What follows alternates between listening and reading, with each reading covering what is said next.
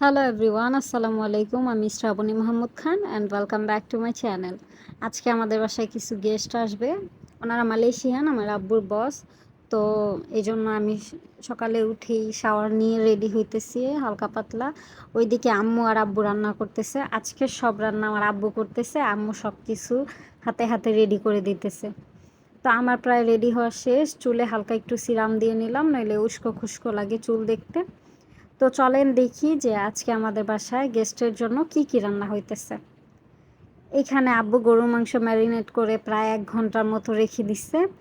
অন্যদিকে এক চুলায় মুরগি বসাই দিছে। এই যে গরম গরম ধোয়া বের হইতেছে, দেখেই খাইতে মন চাইতেছিল, কিন্তু না, মেহমান আসলে পরে খাওয়া যাবে। আর আরেক চুলায় হচ্ছে চিংড়ি মাছ রান্না করতেছে, যেটা আমার খুবই ফেভারিট। চিংড়ি মাছ কার কার পছন্দের সেটা বলে যাবেন।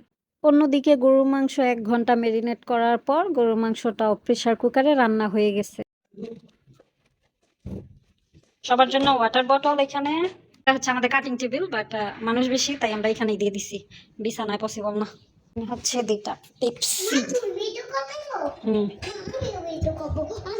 এটা হচ্ছে গরুর মাংস, ডিম। সারপ্রাইজ করবে? হ্যাঁ, করতেছি তো। ওকে ওকে, ফাইন। গরুর মাংস, ডিম, মুরগির মাংস, এটা এটা হচ্ছে চিংড়ি মাছ, এটাও গরুর মাংস। এখানে প্লেট, আমার ছেলে ওই যে পানি নিয়ে ওইখানে রাখতেছে, গ্লাস। আর এখানে হচ্ছে 4 ধরনের ফ্রুটস। এখনো সালাড আনা বাকি। আমার ছেলে খাবার দেখে অনেক খুশি হইতেছিল অ্যান্ড পোলাও নিজে হাতেই নিতেছিল। তো এই জন্য সবার আগে আমি ওকে খাওয়াই নিতেছিলাম। আর অন্যদিকে গেস্ট চলে আসছে। আমাদের বসের একটা মেয়ে আছে, ওর সমবয়সী, ও ওর সাথে খেলতে অনেক পছন্দ করে। অনেকবারই এসেছে আমরা আসার পরেই বাসায়। আসার পরে এই যে খেলাধুলা করতেছে, সারফারাজে খেলার ঝুড়ি বের করে দিছে, আর অন্যদিকে সবাই খাবার খাইতেছিল।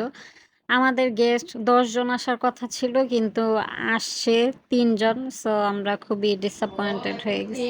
এই মেয়েটা যে কি শান্ত, আর অন্যদিকে আমার পোলায়, আহারে আল্লাহ, এমন বাচ্চা তো 4-5টাও পালা যায়। হাই হাই,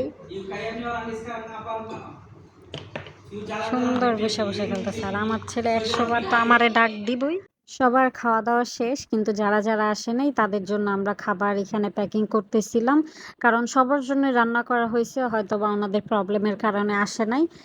অন্যদিকে যারা আসে তাদেরও আমরা খাবার দিয়ে দিছি, কারণ ওনারা আমাদের খাবার খুবই পছন্দ করে। এই তো চলে যাচ্ছে সবাই। যাই হোক, সবাই ভালো থাকবেন, আল্লাহ হাফেজ, আমার জন্য দোয়া করবেন, টাটা।